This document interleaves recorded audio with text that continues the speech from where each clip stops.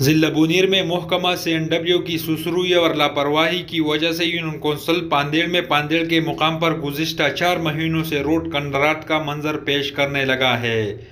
Road روز بروز خراب ہوتا جا رہا ہے، جس سے ضلع بونیر کے عوام کو شدید مشکلات کا سامنا ہے۔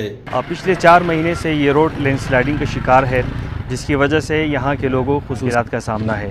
آمد و رفت تقریباً بند ہے یہاں پہ۔ ہماری انتظامیہ سے گزارش ہے کہ وہ ایمرجنسی بنیادوں پر اس راستے کو بحال کرے۔ علاقہ مائدین کا کہنا ہے کہ محکمہ CNW سے ہم نے بار بار رابطہ کیا، لیکن انہوں نے کوئی کارروائی نہیں کی۔ اس روڈ کے حوالے سے کئی دفعہ کنسرن اداروں سے بات بھی ہوئی ہے، انہوں نے یقین دہانی بھی کرائی ہے کہ اس پہ جلد از جلد کام شروع کیا جائے گا۔ کام تو شروع ہے، لیکن جو کام چل رہا ہے ایسا لگ رہا ہے کہ 3 سے 4 مہینے اس میں لگیں گے۔ CNW کے SDO عارف کا کہنا ہے کہ اس سڑک کے حفاظتی دیوار پر کام تیزی سے جاری ہے۔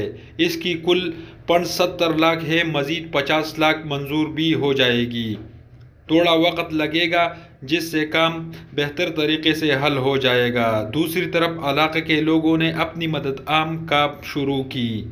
کیمرہ ٹیم کے ساتھ سجاد علی، دن نیوز، بونیر۔